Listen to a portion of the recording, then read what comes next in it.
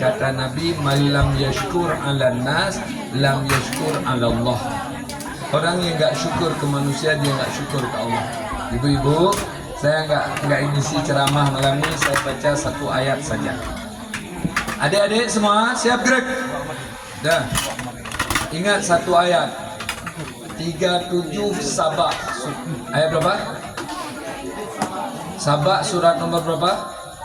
34. Surat nomor 34 ayat 3 tu. Coba ulang.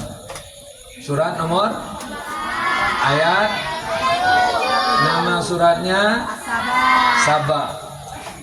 Wa ma amwalukum wala auladukum billati tuqarribuni zulfa. Tidaklah hartamu, anakmu dapat mendekatkan kamu dengan saya walau sedebu. Ada orang kaya kali, sedekah sedunia, anaknya alim semua, pimpinan pesantren, imam masjid di dunia, anak dia semua. Akankah dia hebat? Tidak. Illal ladzina amanu, yang pertama kecuali orang yang beres iman. Wa amilu salihat, amalnya sesuai aturan. Maka kayak kita sekarang ada diajari etikat 50 tu wajib hafal dan harus bisa penjabaran supaya jangan ditipu ke depan. Agama yang masyhur bukan lagi Yahudi, bukan lagi Nasrani.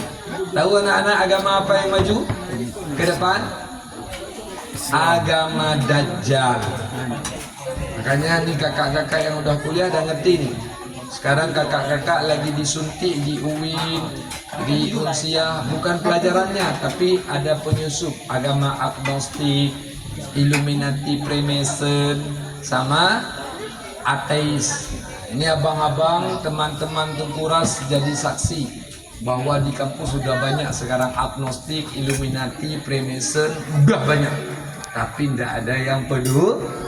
Maka kita dari kecil harus gagah akidah. Para ayah semua berdosa dan haram surga apabila anaknya enggak lulus tauhid.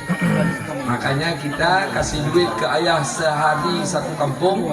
Tidak ayah kita menang kalau kita enggak lulus agama. Dah ngerti? Halo santri, yakin belajar? Yakin enggak? Ini Tengku ajarin adab doa. Jangan ikut Wahabi, ikut hadis saja. Nabi kalau doa tu, kalau kita salat gimana takbir? Kan gini dia jadi Tengkuras, ya enggak? Halo santri, ya enggak? Ini tanda apa nih? Tanda menyerah. Nah, begini menyerah. Angkat tangan, kan begini. Tanda berdoa itu begini. Ini sejajar kuping kalau mampu. Ini adab. Inilah yang namanya tawaduk, merendah dalam berdoa. Kalau enggak sanggup ya begini. Jangan begini berdoa. Nah, itu enggak dikabulkan. Angkat tangan tinggi-tinggi. Benar? Kemudian doa 1, zikir 2. Kalau hatinya enggak nyambung, enggak dikabulkan. Baca Quran sama selawat walau enggak nyambung hati, tetap dapat pahala. Makanya waktu doa harus khusyuk. Walau kita nggak ngerti bahasa Arab nggak apa-apa. Namun kita berharap apa yang disampaikan oleh Tengku yang baca doa Allah kabulkan. Ngerti kan?